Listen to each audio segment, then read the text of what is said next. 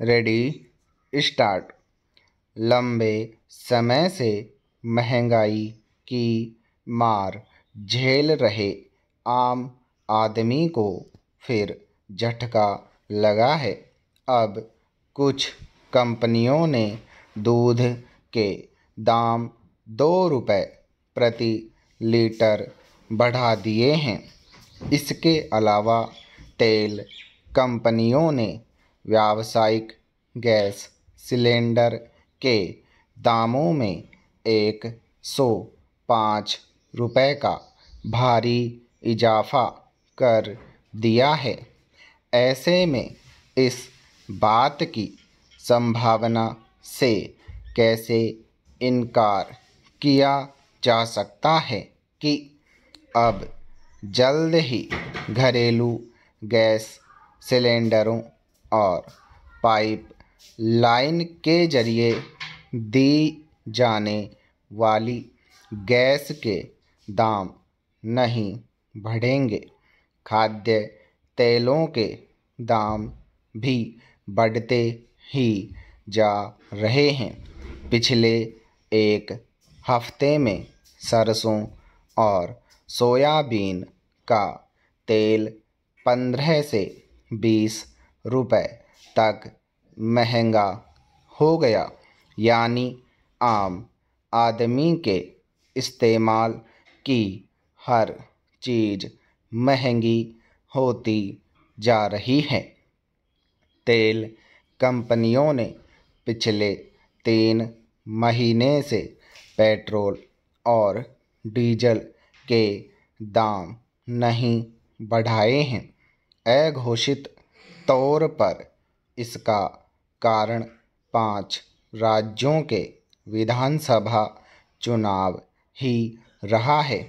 हालांकि अब चुनाव खत्म होने को है, इसलिए अब तेल कंपनियां पिछले 3 महीने की भरपाई करने की दिशा में तेज़ी से कदम बढ़ा सकती हैं। वैसे भी अंतर्राष्ट्रीय बाजार में कच्चा तेल $120 प्रति बैरल के आसपास चल रहा है। ऐसे में तेल कंपनियों को दाम बढ़ाने का बड़ा तार्किक कारण भी मिल जाएगा। श्रम मंत्रालय ने हाल में जनवरी के दौरान खुदरा महंगाई के आंकड़े जारी किए। इसके मुताबिक जनवरी में मुद्रास्फीति 5.84% रही, जो दिसंबर 2021 में 5.56% थी और जनवरी 2021 यानी ठीक एक साल पहले 3.15% आंकड़ों से साफ है कि पिछले एक साल में खुदरा महंगाई में 2.69% की बढ़ोतरी हो गई, जो कि आम आदमी के लिए कोई मामूली नहीं है। ये आंकड़े भी वही तस्वीर पेश कर रहे हैं जो पिछले महीने सांख्यिकी विभाग के खुदरा महंगाई के आंकड़ों में देखने को मिली थी। गौरतलब है कि एक पखवाड़े पहले सांख्यिकी विभाग ने खुदरा महंगाई आंकड़े जारी किए थे। इस साल जनवरी में खुदरा महंगाई 6.1 पर पहुंच गई थी, जो पिछले 7 महीने में सबसे ज़्यादा थी।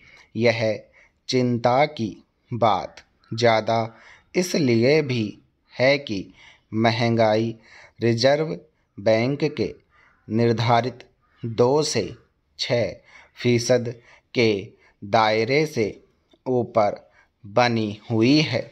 वैसे तो रिजर्व बैंक का मानना रहा है कि महंगाई से राहत के फिलहाल आसार है नहीं, इसीलिए मौद्रिक नीति समिति ने नीतिगत दरों में कोई बदलाव भी नहीं किया था, वरना महंगाई और बढ़ती।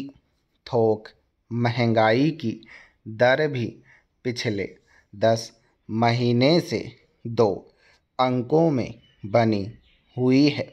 वैसे भी अभी जिस तरह के घरेलू और वैश्विक हालात बने हुए हैं, उसमें इस साल महंगाई दर ऊंची ही बनी रहने की आशंका से इनकार नहीं किया जा सकता। हकीकत यह है कि महंगाई ने आम आदमी की कमर तोड़ कर रख दी है। आबादी का बड़ा हिस्सा इस मार को झेलने को मजबूर हैं और अब संकट इसलिए भी गहराता जा रहा है क्योंकि रूस यूक्रेन युद्ध का असर दूसरे देशों की अर्थव्यवस्था पर भी साफ दिखने लगा है।